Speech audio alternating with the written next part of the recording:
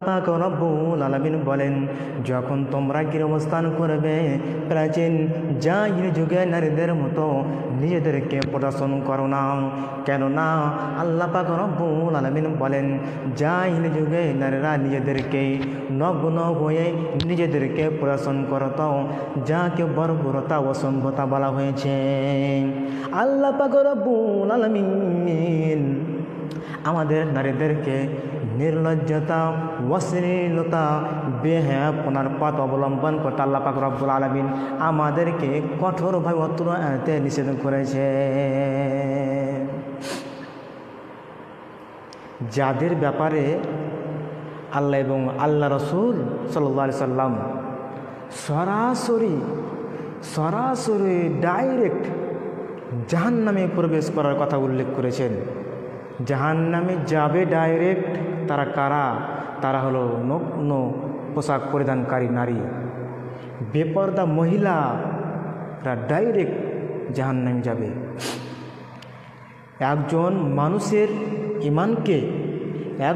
মানুষের ইমানকে মুহূর্তের মধ্যে ধ্বংস করে দিতে পারে, তার নাম হলো নারী।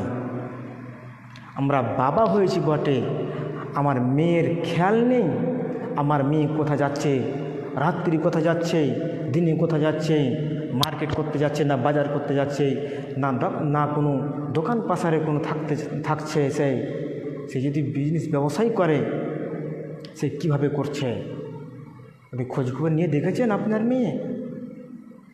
একজন মহিলার জন্য একজন পুরুষের পোশাক পরা হারাম, আর আপনার মেয়ে পুরুষের পোশাক পরে কীভাবে বাবার সামনে, গ্রামবাসীর সামনে চলাফেরা করতে পারে? আপনি বাবা হয়েছেন, বাট আপনার লজ্জা করা দরকার। কেননা ইবনে মাসউদ রাদিয়াল্লাহু তাআলা আনহু বলেন, বিশ্বনবী জনাবে মুহাম্মদ রাসূলুল্লাহ সাল্লাল্লাহু আলাইহি সাল্লাম বলেন, বিশ্বনবীজি বলছেন, আমি জান্নাতে প্রতি লক্ষ্য করলাম এবং দেখলাম, আমি জান্নাতের প্রতি লক্ষ্য করলাম এবং দেখলাম জান্নাতের মধ্যে অধিকাংশ অধিবাসী দরিদ্র ব্যক্তি।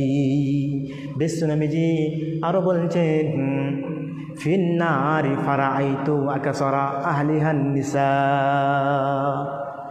বিশ্বনবীজি বলছেন, আমি জাহান্নামের প্রতি লক্ষ্য করলাম এবং দেখলাম, আমি জাহান্নামের প্রতি লক্ষ্য করলাম এবং দেখলাম জাহান্নামের মধ্যে অধিকাংশ